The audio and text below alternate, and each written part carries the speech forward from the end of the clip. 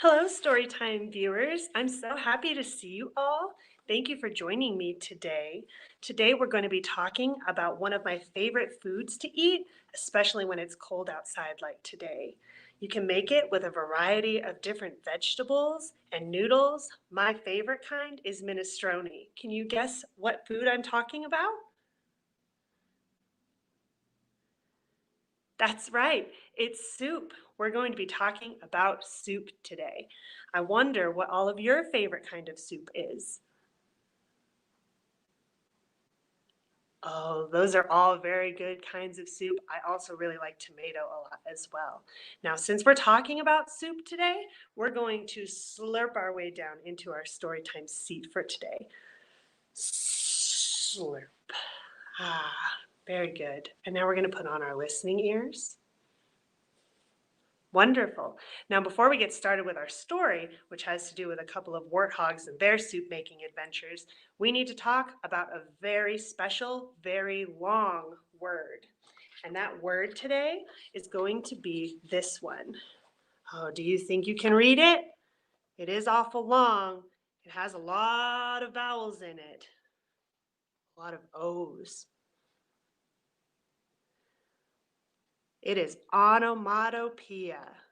Let's say it together. Onomatopoeia. Onomatopoeia is a very long word. It's a word used to describe other words that sound like the noise they are describing. I've given you some examples here on my whiteboard today to get us started before we read our story, which also is going to have a lot of onomatopoeia words in it. So let's go through them together. We have tick-tock, pop, creak, crunch, slam. Those are all very strong words, right? Okay, now let's play a guessing game together. I have some actions and we're going to guess what word sounds like the action.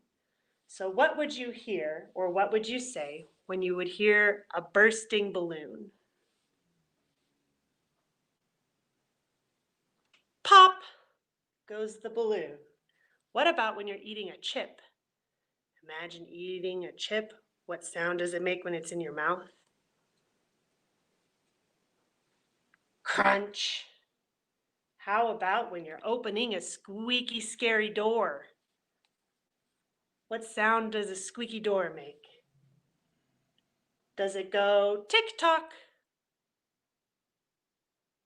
No. How about creak? That one's one of my favorite ones. What about when you're closing that squeaky door really hard? Slam. That's right. All right, our final one. What sound does a clock make?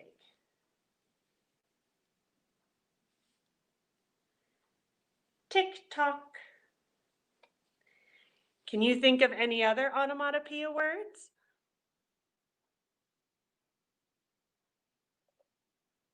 Wonderful.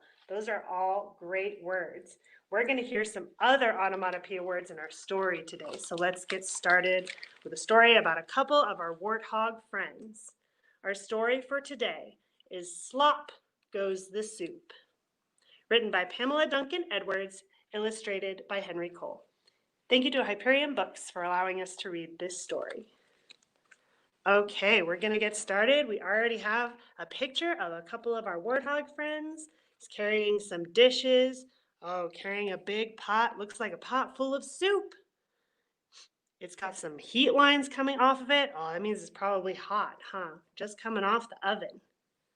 All right, let's see what's going to happen with our warthog friends. Ah, ah, ah, choo! Goes the warthog. Slop goes the soup. Oh no, we're only on the first page and we've already dropped the soup. Slither go the hooves. Oh no, it looks like he's sliding around on the spilled soup. What do you think is going to happen next?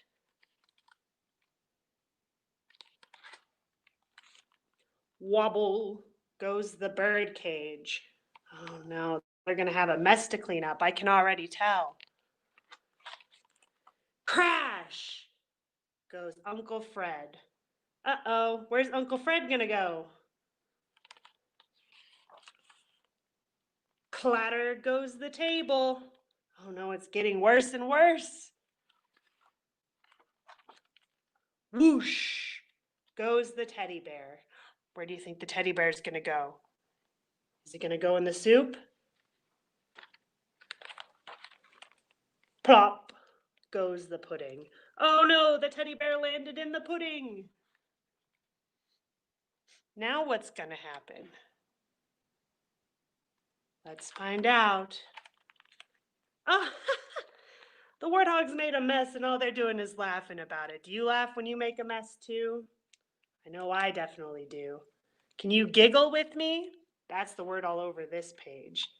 Giggle, giggle, giggle, giggle, giggle, giggle, giggle. Even the bird is laughing. Now let's see what they're going to do. Slurp go the tongues. I guess they're going to clean up the mess with their tongues. I guess that works if it's pudding. Doesn't work for every mess, though. Rattle goes the bucket. Splash goes the water. Swish goes the mop. Oh, they're cleaning up that mess without their tongues. That's a good idea. Bubble, bubble, bubble. Oh, they're making some new soup. And look, they've got their stack of dishes again. I hope they don't slip and fall again. That was a lot of work to clean it up and make another pot of soup. Ding dong goes the doorbell. Oh, they've invited some of their other animal friends over for some soup. That's very nice of them. Can you tell what animals are on this page?